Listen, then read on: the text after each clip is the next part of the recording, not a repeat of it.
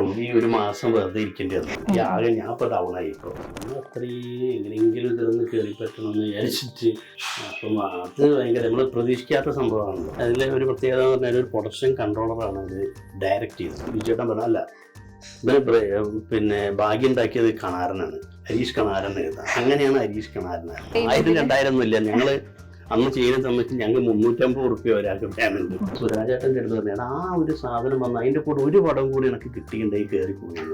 കൗട്ട രതീഷ്, ഹരീഷ് എന്ന് പറഞ്ഞിട്ട്. പിന്നെ ബേസിൽ ഡയറക്റ്റ് ചെയ്യുമ്പോൾ അഭിനയിക്കാൻ ഭയങ്കര സുഖം, ഒരു ടെൻഷനും ഇല്ല. സൗബി ഇപ്പം ഈ കഴിഞ്ഞ ഈ വിഷയങ്ങളൊക്കെ ഉണ്ടായ സമയത്ത് സൗബി വിളിച്ചിട്ടുണ്ടായിരുന്നു, സ്റ്റൈൽ ഡ്രൈവർ ഇതാണ് സാധനം. കുട്ടിയൊക്കെയാണ് ഒരു നേരം, വലിയവർക്കാണ് 2 നേരം. ഒരു കലാകാരനെ ഉരുളക്ക് ഉപ്പേരി പോലെ മറുപടി ഇങ്ങോട്ട് വരും. നമ്മൾ എന്ത് പറഞ്ഞാലും പറയും.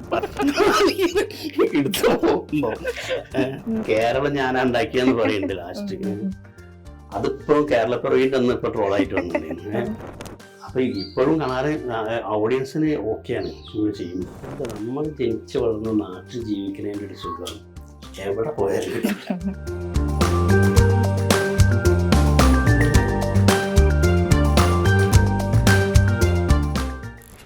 This is me Athira with Madison digital.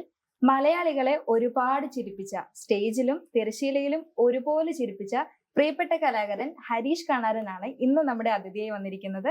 ഹരീഷേട്ടൻ നമസ്കാരം. നമസ്കാരം. സുഖം. അപ്പൊ സാധാരണ ഒരു ഇന്റർവ്യൂ വരുന്ന സമയത്ത് ഒന്നെങ്കിൽ സിനിമ അല്ലെങ്കിൽ ഒരു പുരസ്കാര നേട്ടം എന്തെങ്കിലും ഉണ്ടാവും. ഇപ്പൊ സിനിമയുടെ കൂടെ തന്നെ ഒരു വിവാദവും തലയ്ക്ക് മുകളിൽ നിൽക്കുകയാണ്. അപ്പോ വിവാദത്തെ കുറിച്ച് ഒന്നും നമ്മൾ ചോദിക്കുന്നില്ല. സിനിമയെ കുറിച്ച് സംസാരിക്കുമ്പോ മധുരക്കണക്ക് എന്താണ്? മധുരക്കണക്ക് പിന്നെ നമ്മൾ ഹരീഷ് പാരഡിയാണ് ഇത് പ്രൊഡ്യൂസ് ചെയ്തത്. പിന്നെ അതിലെ ഒരു പ്രത്യേകത എന്ന് പറഞ്ഞാൽ ഒരു പ്രൊഡക്ഷൻ കൺട്രോളറാണ് ഇത് ഡയറക്റ്റ് ചെയ്തത്, ശ്യാം എന്ന് പറഞ്ഞിട്ട്. പിന്നെ നമ്മളെ കോഴിക്കോടുള്ള ശാന്തകുമാർ, പിന്നെ ഇതാണ് ശാന്തേട്ടൻ്റെയാണ് സ്ക്രിപ്റ്റ്. ശാന്തേട്ടൻ മരിച്ചുപോയി. അപ്പം ഇത് നാട്ടുമ്പുറത്ത്, സാധാരണ നാട്ടുമ്പുറത്ത് ഒരു കഥയാണ്. നാട്ടുമ്പുറത്ത് അവിടുത്തെ കുറെ കുട്ടികളെ പഠിപ്പിച്ച ഒരു മാഷ് ക്യാരക്ടറാണ് ഹരീഷേട്ടൻ ചെയ്യുന്നത്, അപ്പു മാഷ്. എൻ്റെ ക്യാരക്ടർ എന്ന് പറഞ്ഞാൽ ഒരു പലിശയ്ക്ക് കൊടുക്കുന്ന ഒരു ക്യാരക്ടറാണ്, പുരുഷോത്തമൻ എന്ന് പറഞ്ഞിട്ട്. ഞാൻ ഇതുവരെ ചെയ്തതെന്ന് മാറിയിട്ട് ഒരു വ്യത്യസ്തമായിട്ട്. കാരണം ഞാനത് ഹരീഷേട്ടൻ്റെ അടുത്ത് വിളിച്ചു പറഞ്ഞിടാൻ ഒരു സംഭവം, ഒരു ക്യാരക്ടർ നമ്മളെ പടത്തിൻ്റെ പേര് മധുരക്കണക്ക് എന്നാണ്. അപ്പം നീ അതൊന്ന് കേൾക്കുന്ന പറഞ്ഞു. ഞാൻ സ്വാഭാവികമായിട്ട് ഹ്യൂമർ ആയിരിക്കും എന്ന് വിചാരിച്ചിട്ടാണ്, കാരണം അങ്ങനെയാണല്ലോ നമ്മളെ വിളിക്കുക. അപ്പോൾ കേട്ടപ്പോൾ ഞാൻ പറഞ്ഞു, ഹരീഷേട്ടാ ഇത് നീ ചെയ്താൽ നന്നാവും, നീ ചെയ്യ്, കുറേ ഹ്യൂമറല്ലേ ചെയ്തത്, ഒന്ന് മാറ്റി പിടിക്കും എന്ന് പറഞ്ഞു. അപ്പം പിന്നെ ഞാൻ വന്ന് ഫസ്റ്റ് ഷോട്ട് അഭിനയിച്ചപ്പം ഡയറക്ടറും ഹരീഷേട്ടനൊക്കെ പറഞ്ഞടാ രസമായിട്ടുണ്ട്, നന്നായിട്ടുണ്ട് എന്ന് പറഞ്ഞു. ഇപ്പം ഞാൻ ഡബിങ് ഒക്കെ കഴിഞ്ഞ സമയത്തൊക്കെ എനിക്ക് ടെൻഷൻ തന്നെ. അപ്പം ഹരീഷേട്ടൻ എനിക്കൊരു വോയിസ് അയച്ചു, എടാ പിന്നെ നമ്മുടെ പടം എല്ലാ ഇതും കഴിഞ്ഞ് ഞാൻ പടം കണ്ടപ്പം പിന്നെ പടം ലേഖമൊന്നുമില്ല, നല്ല വൃത്തിക്ക് വന്നിട്ടുണ്ട്, നിന്റെ ക്യാരക്ടർ നീ വളരെ ഭംഗിയായിട്ട് ചെയ്തിട്ടുണ്ടെന്നാണ് ഹരീഷേട്ടൻ പറഞ്ഞത്. ഇനി അത് ഓഡിയൻസ് തീരുമാനിക്കണം ഭംഗിയായിണ്ടോ ഇല്ലയോ എന്നുള്ളത്. കരിയറിലാണെങ്കിലും ജീവിതത്തിലാണെങ്കിലും നമുക്ക് ഒഴിവാക്കാൻ പറ്റാത്ത പേരുകളാണ് നിർമ്മൽ പാലാഴി, V4 കാലിക്കറ്റ് എന്നൊക്കെ പറയുന്നത്. ഇപ്പൊ ഒരു ബ്രേക്കിന് ശേഷം അതും വളരെ ഡിഫറെന്റ് ആയിട്ട് ഒരു ക്യാരക്ടറായിട്ട് ഹരീഷേട്ടൻ വരുമ്പോ നിർമ്മലേട്ടനും കൂടെ ഉണ്ട്. നിങ്ങൾ തമ്മിലുള്ള ഒരു ക്രിയേറ്റീവ് ട്രസ്റ്റ് എങ്ങനെയാണ് ഫോം ആയത്? ഈ സിനിമയിൽ ഞാനും തമ്മിൽ ഒരു കോമ്പിനേഷനും ഇല്ല. എനിക്ക് അധികം ഹരീഷേട്ടനും ഒക്കെ ആയിട്ടാണ് കോമ്പിനേഷൻ ഉണ്ടായത്. പിന്നെ നിർമ്മലൻ ഇപ്പം ഞങ്ങളിപ്പം ഒരു പ്രോഗ്രാം, ഇപ്പം ദുബായിലോ എവിടെയെങ്കിലും പ്രോഗ്രാം ഉണ്ട്, ഞങ്ങളിവിടെ ഇതേപോലെ നമ്മൾ ഇങ്ങനെ ഇരുന്നിട്ട് പുതിയ സ്കിറ്റ് ഉണ്ടാക്കാൻ വേണ്ടിയിട്ട് 2-3 ദിവസം. അത് പണ്ടും നമ്മൾ കോമഡി ഫെസ്റ്റിവൽ ചെയ്തുകൊണ്ടിരുന്ന സമയത്ത് ഞങ്ങളെല്ലാവരും ഏതെങ്കിലും ഒരു വീട്ടിൽ ഇരുന്ന് അതൊരു ചിലപ്പോൾ ഒരാഴ്ചയൊക്കെ ആവും ഒരു സ്കിറ്റ് ഉണ്ടായി വരണമെങ്കിൽ. ചിലപ്പോൾ 2 ദിവസം കൊണ്ടൊരു ത്രെഡ് കിട്ടി പെട്ടെന്ന് അത് ഡെവലപ്പായി സ്കിറ്റാവും. പിന്നെ ഞങ്ങൾ ഇതിന് സ്ക്രിപ്റ്റ് എഴുതില്ല, അപ്പോൾ പറഞ്ഞിട്ട് അത് ഡെവലപ്പായി വന്നിട്ടാണ് ഒരു സ്കിറ്റ് ആവുന്നത്. അത് പിന്നെ സ്റ്റേജിൽ കളിക്കുമ്പോൾ ഞങ്ങൾ റെക്കോർഡിംഗ് അല്ല, ലൈവാണ് ചെയ്യുന്നത്. പിന്നെ എന്തെങ്കിലും കൗണ്ടറൊക്കെ വരും, അപ്പോൾ എക്സ്ട്രാ അങ്ങനെയാണ് ഒരു സ്കിറ്റ് വലുതായി സെറ്റായി വരുന്നത്. നിങ്ങൾ തമ്മിലുള്ള ഒരു വൈബ് കണ്ടാൽ തന്നെ നമുക്ക് മനസ്സിലാവും. റീസെന്റ് ഒരു ഇന്റർവ്യൂലും ഹരീഷേട്ടൻ ഇങ്ങനെ മറുപടി പറയുന്ന സമയത്ത് നിർമ്മലേട്ടന്റെ ഒരു എക്സ്പ്രഷൻസ് എന്നൊക്കെ പറയുന്നത് നമുക്ക് നമ്മുടെ വീട്ടിൽ കിട്ടുന്ന ഒരു പ്യുവർ സിബ്ലിംഗ് കോംബോ ആണ് ഫീൽ ചെയ്യുന്നത്. അപ്പൊ അത് ഈ ജേർണിയിൽ ഒരുപാട് സപ്പോർട്ട് ചെയ്തിട്ടുണ്ടല്ലേ? പിന്നെ അത് കാരണം ഒക്കെ ഒരു ടീം വർക്കാണല്ലോ. നമ്മള് ഞാനായാലും ദേവരാജൻ, നിർമ്മല്, കബീർ, പ്രദീപ്, സിറാജ്, നമ്മളെ ഒരു ടീമാണല്ലോ, അനിൽ ബേബിയേട്ടൻ. അപ്പം ആ ടീം എല്ലാവരുടെ കയ്യിലും ഓരോ സംഭവങ്ങൾ, എന്തെങ്കിലും അനുഭവങ്ങളും ഒക്കെ ആയപ്പോൾ നമ്മൾ എൻ്റെ അമ്മ ചുട്ടൊരു വെള്ളപ്പം, ആ സംഭവമൊക്കെ നിർമ്മലിന്റെ നാട്ടിൽ ശരിക്ക് ഇലക്ഷൻ കഴിഞ്ഞിട്ടൊരു പ്രതിഷേധ പ്രകടനം പോയതാണ്. അപ്പൊ അത് ഡെവലപ്പ് ചെയ്തിട്ടാണ് ആ സ്കിറ്റ് ഉണ്ടായത്. അങ്ങനെ ഓരോന്നിനും ഓരോ. ഇപ്പൊ ദേവരാജൻ ഒരു ദിവസം മുടി വെട്ടാൻ വേണ്ടിയിട്ട് ഒരു ബാർബർ ഷോപ്പിൽ കയറിയപ്പം, ഈ പന്തിരങ്കാവ് ഒരു ബാർബർ ഷോപ്പിൽ ഇവൻ പിന്നെ ഒന്ന് ഷേവ് ഇത് വെട്ടും, അപ്പോഴേക്ക് ഇവൻ എന്തെങ്കിലും കോള് വരും, ഇവൻ അങ്ങോട്ട് പോകും സംസാരിക്കുക. അത് കഴിഞ്ഞ് വരുമ്പോഴേക്ക് പിന്നെ അടുത്ത കോള് വരും. അങ്ങനെ അതാണ് ബാർബർ ഷോപ്പ് സ്കിറ്റ്. അങ്ങനെ ഒക്കെ ഓരോ അനുഭവങ്ങളാണ് നമ്മൾ സ്കിറ്റാക്കി മാറ്റുന്നത്. ഇപ്പൊ സ്റ്റേജിലും അല്ലെങ്കിൽ വേറെ പെർഫോമൻസ് സ്കിറ്റുകളൊക്കെ ചെയ്തിരുന്ന ഒരു സമയം, ഇപ്പൊ ഉത്സവ പറമ്പിലോ ഒക്കെ ആയിട്ട് 1000-നോ 2000-നോ ഒക്കെ ആയിട്ട് 1000-2000 ഒന്നും ഇല്ല. ഞങ്ങള് അന്ന് ചെയ്യുന്ന സമയത്ത് ഞങ്ങൾ 350 റുപ്യ ഒരാൾക്ക് പേയ്മെന്റ്, 300-350 അത്രയുള്ള അന്നത്തെ പേയ്മെന്റ്. ഞങ്ങൾ കോമഡി ഫെസ്റ്റിവലിൽ വന്ന് പിന്നെ ഞങ്ങൾക്ക് തേർഡ് പ്രൈസ് കിട്ടിക്കഴിഞ്ഞാലാണ് ഞങ്ങൾക്ക് ഓരോരുത്തർക്കും 3000 ആയത്. അതൊരു വലിയൊരു അനുഭവം തന്നെയായിരുന്നല്ലേ? ആ ഒരു ചെറിയൊരു സംഖ്യയിൽ നിന്നും ഇപ്പൊ കാണുന്ന ഒരു ക്യാമറയ്ക്ക് മുൻപിലേക്ക് വരുന്ന രീതിയിലേക്കൊക്കെ ഹരീഷേട്ടൻ ഒത്തിരി വളർന്നു. ഒരുപാട് ഹാർഡ് വർക്ക് ചെയ്തിട്ടുണ്ട്. ഉത്സവപ്പറമ്പില് ഉറങ്ങിയതായും ഒക്കെ ഉണ്ട്. കാരണം നമ്മളന്ന് വണ്ടിയൊന്നും, ഞങ്ങൾ ബസ് കയറിയിട്ടാണ് പോകുന്നത്. അപ്പം 12 മണിക്ക് 1 മണിക്ക് സ്റ്റേജ് കിട്ടി, ആ പ്രോഗ്രാം കഴിഞ്ഞ് തിരിച്ചു വരാൻ നമുക്ക് വണ്ടി ഉണ്ടാവില്ല. അപ്പൊ നമ്മൾ ബസ് സ്റ്റോപ്പിൽ പോയിരുന്ന് ഫസ്റ്റ് ബസ് വരുന്നവരെ വെയിറ്റ് ചെയ്ത് ഇരുന്നുണ്ട്. അതേപോലെ അവിടുന്ന് ഏതെങ്കിലും ഇനി KSRTC ഒക്കെ നൈറ്റ് കിട്ടുന്ന സ്ഥലങ്ങളൊക്കെ ആണെങ്കിൽ ടൗണിൽ വന്നിട്ട് പാളയം സ്റ്റാൻഡിലോ അതേ പുതിയ സ്റ്റാൻഡിലോ വന്നിട്ട് അവിടെ ഇവിടേക്കുള്ള ബസ് കിട്ടാൻ വേണ്ടി രാവിലെ വരെ വെയിറ്റ് ചെയ്യുന്നുണ്ട്. പിന്നെ അല്ലെങ്കിൽ മെഡിക്കൽ കോളേജ് വരെ ഓട്ടോയിൽ വന്നിട്ട്, അല്ലെങ്കിൽ ഏതെങ്കിലും ലിഫ്റ്റ് കിട്ടിയിട്ട് വന്നിട്ട് അവിടുന്ന് പിന്നെ നടന്നു വന്നിട്ടുണ്ട് ഇങ്ങോട്ട്. അത്രയും ദൂരം ഒരു 10 കിലോമീറ്ററൊക്കെ നടക്കുകയൊക്കെ ചെയ്യും. ഞങ്ങൾ ഒരു പ്രോഗ്രാം കഴിഞ്ഞിട്ട് പിറ്റേ ദിവസം ഓണാണ്. അപ്പം പ്രോഗ്രാം കഴിഞ്ഞ് ഇവിടെ വീട്ടിലെത്തണം. ഞങ്ങൾ കൊയിലാണ്ടിയിൽ നിന്ന് ഇതുവരെ നടന്നിട്ടുണ്ട്. ജീവിതത്തിൽ ഒരു ഡ്രാസ്റ്റിക് ചേഞ്ച് തന്നെയല്ലേ? ഇപ്പൊ അതുവരെ ഉണ്ടായിരുന്ന സ്വീകാര്യതയിൽ ഒരുപാട് വ്യത്യാസം വന്നിട്ടുണ്ടാവും നമ്മുടെ ചുറ്റുപാടുള്ള ആളുകൾക്ക്. അപ്പൊ ആ ഒരു ട്രാൻസ്ഫോർമേഷൻ, ആളുകൾ നമ്മളെ അപ്രോച്ച് ചെയ്യുന്ന രീതിയിൽ വന്നിട്ടുള്ള മാറ്റത്തിനൊക്കെ ഹരീഷേട്ടൻ ഏത് രീതിയിലാണ് സ്വീകരിച്ചിട്ടുള്ളത്?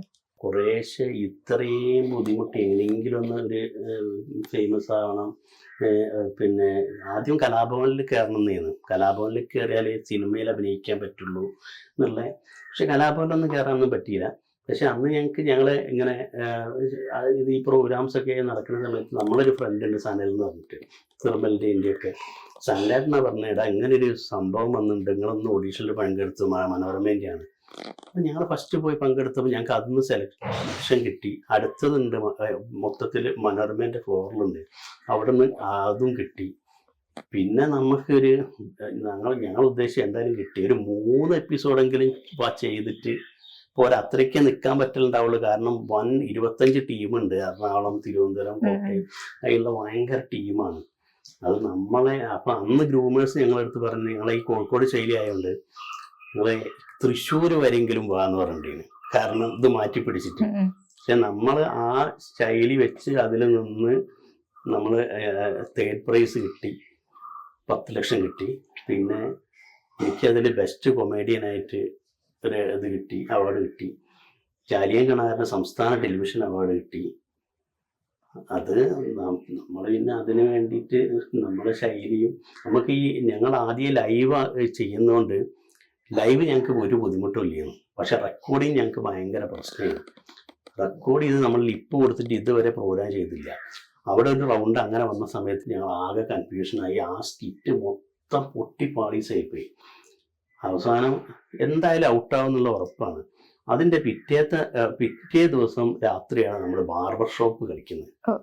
അതങ്ങോട്ട് കയറി ക്ലിക്കായി. അപ്രതീക്ഷിതമായിട്ട് കിട്ടിയൊരു മധുരം എന്ന് പറയുന്ന പോലെ അല്ലേ?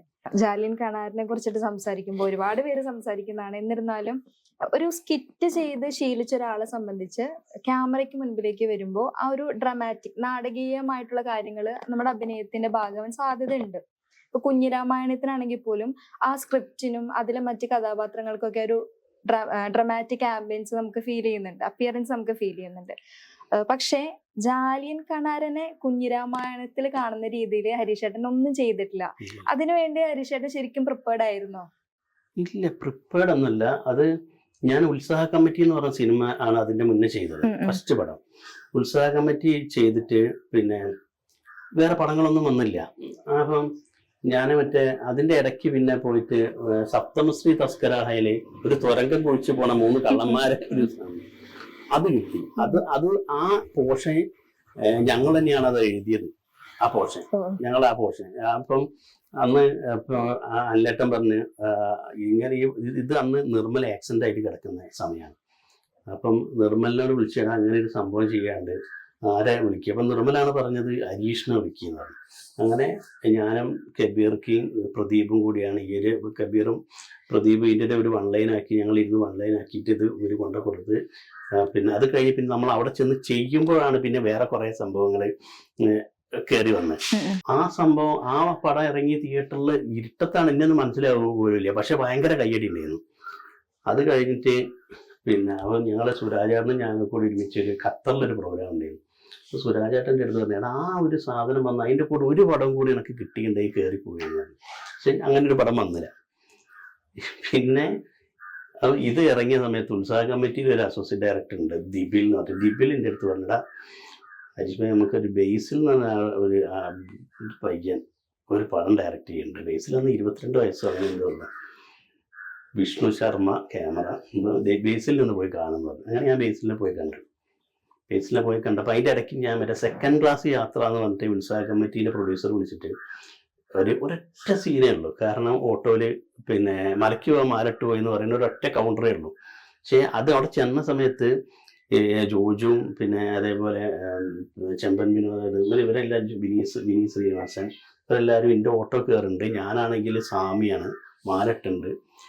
അപ്പം ഞാൻ ചോദിക്കും എല്ലാവരും കൂടി കുളിച്ച് കുറുകി തൊട്ട് എങ്ങോട്ടാണ് പോകുന്നത്. അപ്പോൾ ജോജു പറയും അന്ന് ചുംബന സമരം ഭയങ്കരമായിരുന്നു, ചുംബന സമരത്തിന് പോവുകയെന്ന് പറയും. നീ പോലും ചോദിക്കും. അപ്പൊ അതിനൊരു മറുപടി വരണം. അപ്പൊ എല്ലാവരും ഇങ്ങനെ എന്ത് പറയുമെന്ന് ചോദിച്ചപ്പോൾ ഞാൻ വിനീതിന്റെ അടുത്ത് പറഞ്ഞ് മലയ്ക്ക് പോവാൻ മാലട്ടോ എന്ന് പറഞ്ഞാൽ മതി എന്ന് ചോദിച്ചു. അത് അടിപൊളി എന്ന് പറഞ്ഞു. അത് തിയേറ്ററിൽ കൈയടിക്കുക. അപ്പൊ അന്ന് വിനീതിന്റെ അടുത്ത് പറഞ്ഞ് ഹരിശേട്ടാ നമ്മൾ വീണ്ടും കാണട്ടോ എന്നൊക്കെ പറഞ്ഞ് എനിക്ക് നമ്പറൊക്കെ തന്ന് എൻ്റെ നമ്പർ വാങ്ങി. അങ്ങനെ ഞാൻ ഈ ബേസിലിൻ്റെ അടുത്ത് കുഞ്ഞിരാമായണത്തിൻ്റെ ഇതിന് ചെന്നപ്പോൾ ബേസിൽ 1-2 സീൻ എന്നെ കൊണ്ട് അഭിനയിപ്പിച്ചു. ബേസിലിൻ്റെ ഒരു ഇതെന്ന് പറഞ്ഞാൽ ഓരോ ക്യാരക്ടറിൻ്റെയും ഇതിങ്ങനെ ഒട്ടിച്ചിട്ടുണ്ട്, അങ്ങനെ പേരെഴുതി വെച്ചിട്ടുണ്ടാവും. അപ്പം ഇങ്ങനെ കുറേ പേര് ഇങ്ങനെ ഉണ്ട്. എന്നിട്ട് അവിടെ അപ്പം തന്നെ ബേസിൽ ഹരീഷ് എന്ന് എഴുതി, കൗട്ട രതീഷ് ഹരീഷ് എന്ന് പറഞ്ഞിട്ട് എഴുതി. അങ്ങനെ അന്ന് പിന്നെ ബേസിൽ പിന്നെ വിനീതിൻ്റെ അടുത്ത് സ്ക്രിപ്റ്റ് 2ാമത് വായിക്കാൻ വേണ്ടിയിട്ട് ഒന്ന് ഡിസ്കസ് ചെയ്യാൻ വേണ്ടിയിട്ട് ഇവിടെ പോയി. മദ്രാസ് ചെന്ന സമയത്ത് വിനീത് പറഞ്ഞു ഈ കൗട്ട രതീഷ് നമുക്ക് ഹരീഷ് ഭായിനെ കൊണ്ട് ചെയ്യിക്കട്ടോ എന്ന്. അപ്പൊ അത് ബേസിൽ ഓൾറെഡി ഫിക്സ് ചെയ്തിട്ടുണ്ട്. വിനീതിന്റെ അവിടെ നിന്ന് ഒരു സപ്പോർട്ടും കൂടി കിട്ടിയപ്പോ പക്കയായി. പിന്നെ ബേസിൽ ഡയറക്റ്റ് ചെയ്യുമ്പോൾ അഭിനയിക്കാൻ ഭയങ്കര സുഖം, ഒരു ടെൻഷനും ഇല്ല. ഫുള്ള് പാട്ടൊക്കെ വെച്ച് ജോളി ആയിട്ടാണ്. കൂൾ ഡയറക്ടർ എന്ന് പറഞ്ഞാല് ഒരു സീനില് ഏകദേശം ആ സീനിൽ വരേണ്ട ഒരു മ്യൂസിക് ഒക്കെ ആദ്യം എടുത്തു വെച്ചിട്ട് അതൊക്കെ പ്ലേ ചെയ്തിട്ടൊക്കെയാണ് ഷൂട്ട് ചെയ്യുന്നത്. പിന്നെ ഒരു സീൻ കഴിഞ്ഞാൽ ഫുൾ ജോളി ഒരു പാട്ട് വെച്ച് അവിടെ ഡാൻസ് ഒക്കെ കളിച്ച് ഇതിട്ടടുത്ത് അങ്ങനെയൊക്കെയാണ് ബേസിൽ ഭയങ്കര രസമാണ്. ഒരു ക്ലീശ ചോദ്യമാണ്, എന്നാലും ചോദിക്കാണ്, ജാലിയൻ കണാരൻ ഒരു വലിയ ബ്രേക്ക് തന്നതായിട്ട് ഫീൽ ചെയ്തിട്ടുണ്ടോ? പിന്നെ അതാണ് ബിജുവേട്ടനാണ് എന്നെ ഹരീഷ് കണാരെന്ന് ഇട്ടത്. കാരണം ആദ്യം ഹരീഷ് പെരുവണ്ണാന്ന് കുഞ്ഞിരാമായണം ഒക്കെ ചെയ്യുന്ന സമയത്ത് അത് ബിജുവേട്ടൻ മരുഭൂമിയിൽ ആന ചെയ്യുന്ന സമയത്ത് വാഴൂർ ജോസേട്ടൻ വന്നിട്ട് ഓരോ ഇത് ക്യാരക്ടർ അപ്പം ഹരീഷ് പെരുവണ്ണയല്ലേ കൊടുക്കണ്ടേ. അപ്പം ബിജുവേട്ടൻ പറഞ്ഞ അല്ല പിന്നെ ഭാഗ്യം ഉണ്ടാക്കിയത് കണാരനാണ്, ഹരീഷ് കണാരൻ എഴുതാം. അങ്ങനെയാണ് ഹരീഷ് കണാരനായിരുന്നത്. ആരായിരുന്നു കണാരന്റെ പിന്നിലുള്ള തലച്ചോറ്? കണാരന്റെ പിന്നിൽ ഇതാദ്യം പിന്നെ ഒരു ഇങ്ങനെ സ്വാതന്ത്ര്യ സമര സേനാനി ഓരോരുത്തർ വന്നിട്ട് ഓരോ നുണകൾ പറഞ്ഞു പോണ സ്റ്റേജിൽ വേറെ ഡ്രസ്സോ കാര്യങ്ങളോ അങ്ങനത്തെ സാധാ നോർമൽ ഒരു ലുങ്കി കൊടുത്തിട്ട് അങ്ങനെ ഒരു നുണപറച്ചിൽ മത്സരം പോലെ പണ്ട് കൃഷ്ണൻ ഓഴൂർ എന്ന് പറഞ്ഞൊരു ആർട്ടിസ്റ്റ് ഉണ്ട്, കലാഭവൻ കൃഷ്ണൻ.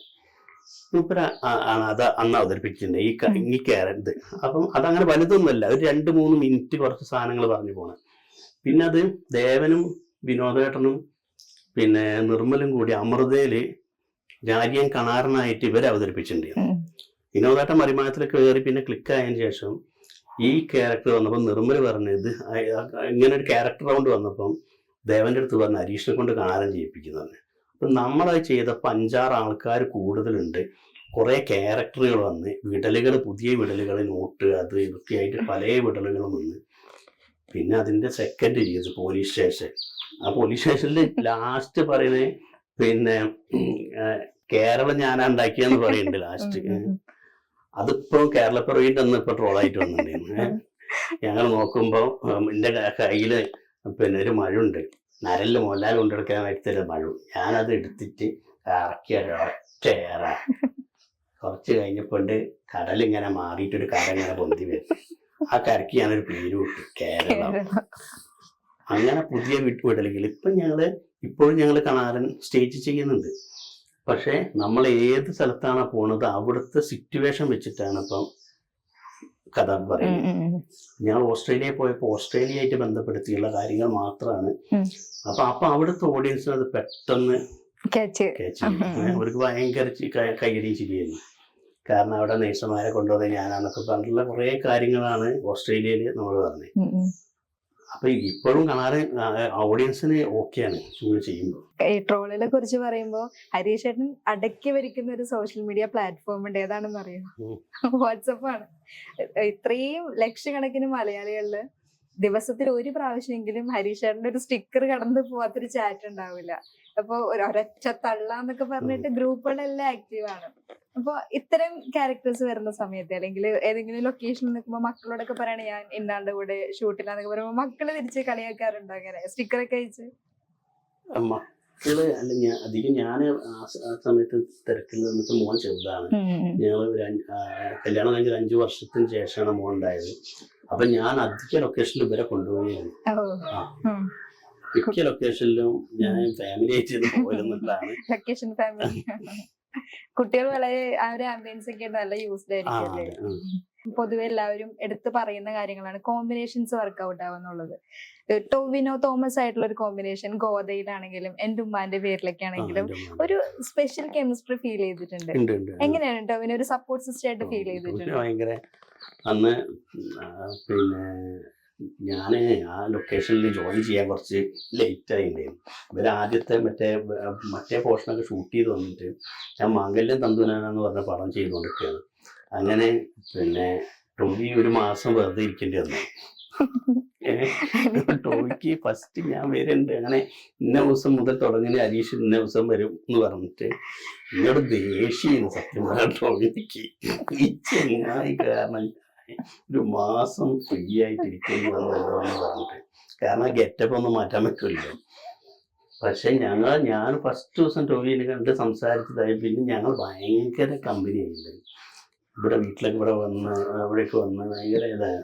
ഇപ്പോഴും എപ്പോൾ വിളിച്ചാലും ഫോണെടുത്ത് കാര്യങ്ങൾ അന്വേഷിക്കുകയൊക്കെ ചെയ്യുന്ന ഭയങ്കര സൗഹൃദമായി. ഞങ്ങള് ഗോവയിൽ ഞങ്ങൾ അത്ര കോമ്പിനേഷൻ സീനുകളില്ല. പക്ഷെ ഇതിനാണല്ലോ ഇതില് ഫുള്ള് നമ്മൾ ഒരുമിച്ചാണ് ഉള്ളത്. പിന്നെ ഭയങ്കര ഇതാട്ടോ നമ്മള്. പിന്നെ നല്ല മനുഷ്യനാണ്. മരുഭൂമിയിലെ ആന, സ്വർണ്ണക്കടുവ, സോൾട്ട് മാംഗോ ട്രീ, ബിജുവേട്ടനായിട്ട് ഒരു സ്ക്രീൻ സ്പേസ് അടിപൊളിയായിട്ട് വർക്ക്ഔട്ട് ആയിട്ടുണ്ട്. അതെല്ലാരും പറയും. കാരണം സോൾട്ട് മാംഗോ ട്രീയിലെ മെഡിക്കൽ സ്റ്റോർ അതൊക്കെ നമ്മൾ അപ്പം ഉണ്ടാക്കിയ സാധനങ്ങൾ. അതിലെല്ലാ കൗണ്ടറുകളും സ്പോട്ടിൽ നമ്മൾ അപ്പം പറഞ്ഞ് ഉണ്ടാക്കിയ സാധനങ്ങൾ ലൊക്കേഷനിൽ വെച്ചിട്ട് പറഞ്ഞുണ്ടാക്കിയ സാധനം ചൈൽഡ് റാപ്പർ. ഇതാണ് സാധനം. അതൊക്കെ ഹിറ്റായിട്ടുള്ള സാധനങ്ങളാണ്. കുട്ടിയേക്കാണ് ഒരു നേരം, വലിയവർക്കാണ് 2 നേരം. ഇപ്പൊ ടോവിനോ, ബിജു ഏട്ടൻ, വേറൊരു കോമ്പിനേഷൻ പറയുമ്പോ സൗബിനായിട്ട് ഇതുപോലെ ചെയ്തിട്ടുണ്ട്. മുത്തുഗവ്, കള്ളൻ ഡിസൂസ, അതിലും ക്യൂട്ടായി ഇന്നസെന്റ് ആയിട്ടുള്ള ഒരു റോളാണ് ചെയ്തേക്കുന്നത്. സൗബിനായിട്ട് ഒരു സ്പെഷ്യൽ ബോണ്ട് തന്നെയാണ്. പിന്നെ സൗബിനൊക്കെ വിളിക്കലുണ്ട്. പിന്നെ ഞാനും സൗബിനൊക്കെ ഒരുമിച്ച് ഇപ്പം മറ്റേ സബു സലീം ഖാന്റെ ഹോട്ടലിന്റെ ഉദ്ഘാടനത്തിന് ഞങ്ങൾ ഒരുമിച്ചിട്ടുണ്ടായിരുന്നു. പിന്നെ അങ്ങനെ സൗബിൻ പിന്നെ ഇവിടെ വന്നിട്ട് പിന്നെ നമ്മളെ ഫോറസ്റ്റിൽ മറ്റേ ഇവിടെ വയനാട്ടിൽ നമ്മള് പ്രശ്നക്കാരായ കുറെ കടുവകളില്ലേ, ഇതിനെ മറ്റൊരു ടെറഫ് പോലത്തെ ഒരു ഇതിൽ സൂക്ഷിച്ചിട്ടുണ്ട്. അപ്പം ഞാൻ അവിടുത്തെ നമ്മളൊരു ഫ്രണ്ട് ഉണ്ട്, കുഞ്ഞു മുഹമ്മദ് എന്ന് പറഞ്ഞിട്ട് ഫോറസ്റ്റിലുണ്ട്. സൗബിന്റെ ചെറുതിന് കടുവേനെ കാണാന്ന് പറഞ്ഞിട്ട് അതൊക്കെ സെറ്റ് ചെയ്ത് കൊടുത്തത് ഇപ്പൊ കഴിഞ്ഞ അടുത്ത്. സൗബി ഇപ്പൊ ഈ കഴിഞ്ഞ ഈ വിഷയങ്ങളൊക്കെ ഉണ്ടായ സമയത്ത് സൗബിൻ വിളിച്ചിട്ടുണ്ടായിരുന്നു. സൗബിൻ വിളിച്ച് കുറെ ചിരിച്ചു. അല്ല പിന്നെ ഒന്നില്ല, ഞാൻ വിചാരിച്ച നായകവേഷം പുതിയത് കിട്ടാൻ വേണ്ടി കാത്തിക്ക്. അതാ ഞാൻ വിളിക്കാന്. ബ്രേക്ക് ഒന്നും അങ്ങനെയാന്ന് ഞാൻ വിചാരിച്ചത്. ഞാൻ അഭിനയം നിർത്തി എന്ന് പറയേണ്ടി വന്നിട്ടുണ്ടല്ലേ പല സ്ഥലത്തും ബ്രേക്ക് വന്നപ്പോ. ഒരു 2-3 ആഴ്ച മുന്നേ വരെയായിട്ട് ഞാൻ പറഞ്ഞിട്ടുണ്ടായിരുന്നു. ആരോന്ന് ചോദിച്ചോ ഞാൻ നിർത്തി. ഞാൻ അതുകൊണ്ട് നിർത്തിയതാണ്. അഭിനയിച്ചില്ല, ഇനി കുറച്ച് റെസ്റ്റ് എടുക്കാന്ന് വിചാരിച്ചത്. ഒരു വലിയ പെയിന് ചിരിച്ചോണ്ട് പറയാൻ പറ്റാന്ന് പറയാൻ ബ്ലെസ്സിങ് ആക്ച്വലി. ആൻഡ് ഫിലിമോഗ്രഫി എടുത്ത് നോക്കുന്ന സമയത്ത് എന്റെ അറിവ് ശരിയാണെങ്കിൽ ഉർവശി മാമായിട്ട് ഒരു സിനിമയാണ് ചെയ്തേക്കുന്നത്. പക്ഷെ അത് നിങ്ങൾ തമ്മിലുള്ള സ്ക്രീൻ സ്പേസ് നല്ല ക്യൂട്ട് ആയിരുന്നു. ആക്ച്വലി ഉർവശി മാം വഴക്ക് പറയുന്ന സീനൊക്കെ നമുക്ക് സങ്കടം. നിങ്ങളൊരു കലാകാരനെ മുളയിൽ ഭയങ്കര രസമുണ്ടായിരുന്നു കാണാൻ. ജയറാം സാർ ഒരിക്കലും ഇന്റർവ്യൂല് പറഞ്ഞ പോലെ ഒരു അത്ഭുത ജന്മാണ്. അങ്ങനെ ഒരാളുടെ കൂടെ ഒരു എക്സ്പീരിയൻസ് എങ്ങനെ ഉണ്ടായിരുന്നു? ഭയങ്കരമാണ്. കാരണം ഉരുളക്ക് ഉപ്പേരി പോലെ മറുപടി ഇങ്ങോട്ട് വരും. നമ്മൾ എന്ത് പറഞ്ഞാലും പറയല്ലോ. അത് ഭയങ്കര കൊറേ സംഭവങ്ങൾ അതിലുള്ള. തള്ള തെങ്ങ് പോലും കയറുമെന്നൊക്കെ ചോദിച്ചിട്ടുണ്ടായിരിക്കും എടുത്തു പോകുമ്പോ. അതേമാതിരി ചേച്ചിയും കൂടെ തിരിച്ചും പറയും കൊറേ സംഭവങ്ങള്. ചായ ഉണ്ടാക്കാൻ പറയില്ല, രാവിലെ പുലർച്ചെ 5 മണിക്ക് എണീറ്റിട്ട് എനിക്ക് രാവിലെ 5 മണിക്ക് ചായ നിർബന്ധം. കൊറേ സാധനം അതില് കൊറേ കൗണ്ടർ ചേച്ചി തന്നെ ഉണ്ടാക്കി പറഞ്ഞതാ. എങ്ങനെ മാനേജ് ചെയ്തു? അത് കൊറേ നമ്മളല്ലേ ചില സംഭവങ്ങൾ ചെയ്യുമ്പോ ആദ്യം നമ്മൾ പറഞ്ഞ് ഒരു ഷോട്ടിൽ പിന്നെ എന്തേതായ ചിരിക്കും. കൊറേ നേരം ചിരിച്ചു കഴിഞ്ഞിട്ടാണ് പിന്നെ അത് ഒന്ന് ഷൂട്ട് ചെയ്യുന്നത്. ഈ ഒരു ആക്ടിങ് എക്സ്പീരിയൻസിൽ ഉർവശി മാമായിട്ടുള്ള എക്സ്പീരിയൻസ് പറയുന്നത് മറക്കാനാവാത്തൊരു കാര്യം. അതൊന്നുമല്ല, ചേച്ചി നമ്മളെ ജഡ്ജ് ചെയ്യുന്നു. നമ്മളെ കോമഡി ഫെസ്റ്റിവല് ജഡ്ജ് ചെയ്യുന്നത് ചേച്ചി. അങ്ങനെ നേരത്തെ ഒരു പരിചയമുണ്ട്. കണാരനൊക്കെ ചേച്ചി ആ സമയത്ത് ചേച്ചിയാണല്ലോ ഫുള്ള് ഉള്ളത്. ചേച്ചി എനിക്ക് ചേച്ചി ഒരു ദിവസം നമ്മള് ജഡ്ജസ് ആയി ആ സമയത്ത് സംസാരിച്ച് പോകുന്നല്ലാതെ നമ്മള് ഞാൻ ദിവസം ഞാൻ ഇവിടെ വീട്ടിലിരിക്കുമ്പോൾ എന്നിട്ട് പെട്ടെന്നൊരു കോള്, ഞാൻ ഫോൺ എടുത്തു. ചേച്ചി ഞാൻ എന്താ ചേച്ചി എൻ്റെ നമ്പറൊന്നുമില്ല, ഞാൻ ഞെട്ടി. ഹരീഷ് TV ഒന്ന് വെച്ച് നോക്കുന്നു അറിയാം. എന്ത് അദ്ദേഹം വെച്ച് വെക്കുമ്പോണ്ട് സംസ്ഥാന ടെലിവിഷൻ അവാർഡ് പ്രഖ്യാപിച്ചു, മികച്ച ഹാസ്യതാരം ഹരീഷ് കണാരൻ പറഞ്ഞിട്ട് ചേച്ചി വിളിച്ചു. അത് വല്ലാത്തൊരു എക്സ്പീരിയൻസ് ആയിരുന്നല്ലേ. ഇതെല്ലാം വളരെ സക്സസ് ആയിട്ട് നല്ല രീതിയിൽ റിഫ്ലക്ട് ചെയ്തിട്ടുള്ള സിനിമകളുമാണ്. ഇത് നമ്മള് തിയേറ്ററിൽ വർക്ക് ആവാതെ പോയിട്ടുള്ള ചില സിനിമകളുണ്ട്. പക്ഷെ അതിലെ ക്യാരക്ടേഴ്സ് എപ്പോഴും കൾട്ടായിരിക്കും. അങ്ങനെ ഒരുപാട് ക്യാരക്ടേഴ്സ് ഉണ്ട് മലയാള സിനിമയിൽ തന്നെ. ഹരീഷ് ചേട്ടന്റെയിലും അങ്ങനെ ഒത്തിരി ക്യാരക്ടേഴ്സ് ഉണ്ടല്ലേ, കൾട്ട് ആയിട്ട് ഇങ്ങനെ നിലനിന്ന് പോകുന്ന. ഇത്തരം ക്യാരക്ടേഴ്സ് കാണുന്ന സമയത്ത് അടുത്ത സുഹൃത്തുക്കളും ഭാര്യയും ഒക്കെ എന്താണ് ഒരു സന്തോഷം പറയാ, അല്ലെങ്കിൽ ആ ക്യാരക്ടേഴ്സിനെ കുറിച്ചിട്ടൊക്കെ പറയുന്നതാണ്? ഇല്ല, ഈ വൈഫാണെങ്കിൽ എന്തെങ്കിലും നമ്മൾ ചെയ്തത് അത് ശരിക്കും ഒന്ന് ഇങ്ങനെ ചെയ്തിട്ടുണ്ടെങ്കിൽ ഒന്നും കൂടി നന്നാവേ അങ്ങനെയൊക്കെ പറയും. നന്നായില്ലെങ്കിൽ അപ്പൊ നന്നായില്ല എന്ന് പറയും. നമ്മൾ പൊതുവെ മലയാള സിനിമയിൽ കണ്ടുവരുന്ന ഒരു ട്രെൻഡ് ഉണ്ട്. ഒരു 4 സിനിമയൊക്കെ കഴിഞ്ഞാൽ പിന്നെ നമ്മൾ പാക്ക് ചെയ്ത് കൊച്ചിക്ക് പിടിക്കുന്ന ഒരു ട്രെൻഡ് കാണലുണ്ട്. ഞാനിപ്പോ ഇന്റർവ്യൂവിന് വേണ്ടിട്ട് ഹരീഷനെ വിളിക്കുന്ന സമയത്ത് ഞാൻ ആദ്യം ചോദിച്ച കൊച്ചിയിലുണ്ടോന്നാണ്. അല്ല, ഞാൻ കോഴിക്കോടാണ്. അപ്പൊ എന്താണ് കോഴിക്കോട് വിട്ടു പോകാനായിട്ടൊരു? അല്ല, നമ്മൾ ജനിച്ചു വളർന്ന നാട്ടിൽ ജീവിക്കുന്നതിൻ്റെ ഒരു സുഖമാണ് എവിടെ പോയാലും. നമ്മളെ ആദ്യം മുതലേ ചെറുപ്പം മുതലേ കാണുന്ന നാട്ടുകാര് അതിൻ്റെ ഒരു അപ്പോൾ അവരൊക്കെ കണ്ട് നമ്മള് ഇന്നില്ല എന്നാ ഇവിടെ ഉണ്ടോ എന്നാ വന്നാന്നൊക്കെ ചോദിക്കുമ്പോൾ ഒരു സുഖമല്ലേ. നമ്മളെ നാടും ദിലീപേട്ടൻ പറഞ്ഞാൽ മതി നമ്മളെ ദേശം കയറി. ഇനിയിപ്പോ പുതിയ സിനിമകള് ഇപ്പം ഈ കുറച്ച് പടങ്ങൾ ഇപ്പം ഒമറൊക്കെ വിളിച്ചിട്ടുണ്ട്. ഒമറിലൊരു ത്രൂ ഔട്ട് പരിപാടി, പിന്നെ ഒരു ലവ് സ്റ്റോറിയാണ്. അതിൽ കൊടുവള്ളി മൂസ എന്ന് പറഞ്ഞിട്ടൊരു ക്യാരക്ടർ കള്ളക്കടത്ത്, അതിന് കുറച്ച് പരിപാടിക്ക് വന്നിട്ടുണ്ട്. ഇപ്പൊ നമ്മൾ വിഷയം റിലേറ്റഡ് ആയിട്ടൊന്നും സംസാരിക്കേണ്ടത് തന്നെയല്ലേ. അതിലെന്താ വെച്ചാൽ എനിക്ക് ഭയങ്കര വിഷമായി പോയത് ഈ നമ്മൾ ഈ മക്കളെ നേരെ ആൾക്കാര് ഇത് പറയുമ്പോ നമുക്ക് ഭയങ്കര വിഷമായി പോകും. അത് ചെയ്യാൻ പാടില്ല. മക്കൾക്ക് മറിച്ച് ആ കുട്ടിക്ക് ഒരു വീഡിയോ ഇട്ടിട്ട് അതിന്റെ നേരെ ഭയങ്കര തെറിവിളി, അത് ഭയങ്കര വിഷമമായി. ആകെ ഞാൻ ഇപ്പൊ ഡൗൺ ആയി. ഇപ്പൊ നമുക്ക് പണം തിരിച്ചു കിട്ടിയില്ല എന്നതിനേക്കാൾ ഉപരി നമ്മുടെ കൂടെ ഒരുപാട് കാലം ഉണ്ടായിരുന്ന ഒരാൾ അതാണ് എനിക്ക് കാണിക്കുന്ന ഭയങ്കര അതെ feel ആയിപ്പോയത്. വിശ്വാസവഞ്ചന. ഭയങ്കരമായിട്ട് മോശമായിട്ടൊക്കെ എന്നെ പറ്റി ഉം. ഞാൻ പോലും പ്രതീക്ഷിക്കാത്ത കുറെ സംഭവങ്ങൾ പറയുമ്പം ഉം. ഒന്നാമത് ഈ ഒരു സിറ്റുവേഷനിലേക്ക് നമ്മളെ വളർത്തിക്കൊണ്ടുവരാൻ വേണ്ടി ഒത്തിരി അധ്വാനിച്ചിട്ടുണ്ട്. നമ്മൾ അത്രയും എങ്ങനെയെങ്കിലും ഇതിലൊന്ന് കയറി പറ്റണമെന്ന് വിചാരിച്ചിട്ട് അപ്പം അത് ഭയങ്കര നമ്മൾ പ്രതീക്ഷിക്കാത്ത സംഭവമാണല്ലോ. അതാണ് അത് ഭയങ്കര വിഷമമായിപ്പോയി. അതൊന്നും കുഴപ്പമൊന്നുമില്ല. നമ്മളെയൊക്കെ ഒരുപാട് ചിരിപ്പിക്കാൻ വേണ്ടിയിട്ട് ഇനി ഒരുപാട് സിനിമകളിലൂടെ ഹരീഷ് ചേട്ടൻ ഇവിടെ ഇങ്ങനെ തുടർന്ന് പോവട്ടെ എന്നുള്ള എല്ലാ ആശംസകളും നേരുന്നു. Thank you. Thank you.